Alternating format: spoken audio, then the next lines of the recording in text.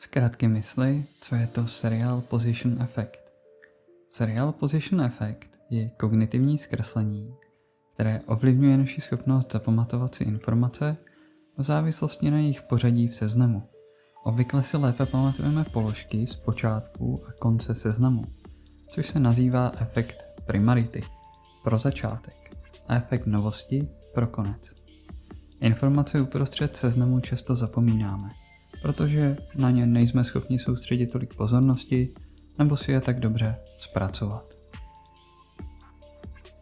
Zkrátky mysli, Serial Position Effect, příklad.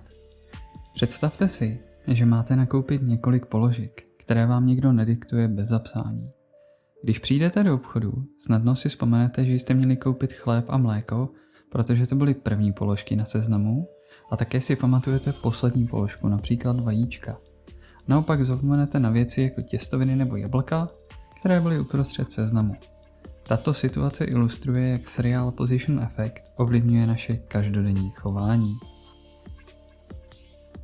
Zkrátky mysli, Serial Position Effect, jak vzniká. Serial Position Effect vzniká díky způsobu, jakým náš mozek zpracovává a ukládá informace. Efekt primarity je dán tím, že máme více času si první informace opakovat a uložit je do dlouhodobé paměti.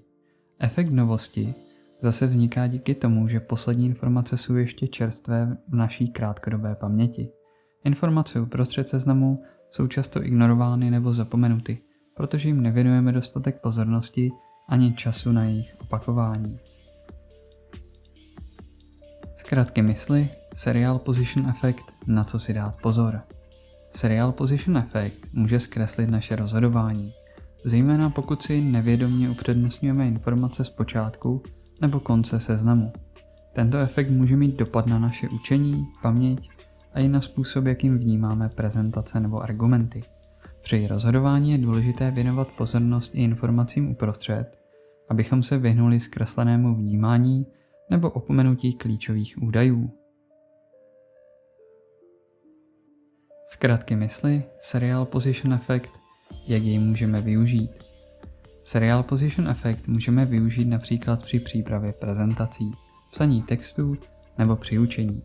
Pokud chceme, aby si lidé zapamatovali určité informace, měli bychom je umístit na začátek nebo konec prezentace či textu.